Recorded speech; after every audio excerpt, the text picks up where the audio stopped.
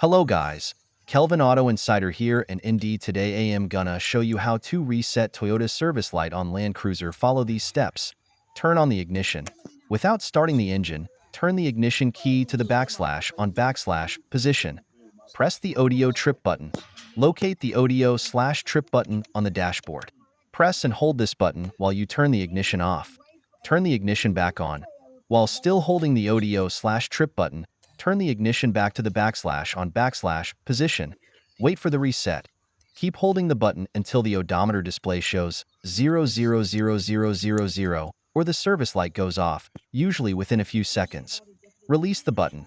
Once the reset is confirmed, you can release the ODO/trip button, then turn off the ignition. Finally, turn off the ignition and start the engine to ensure the service light is off.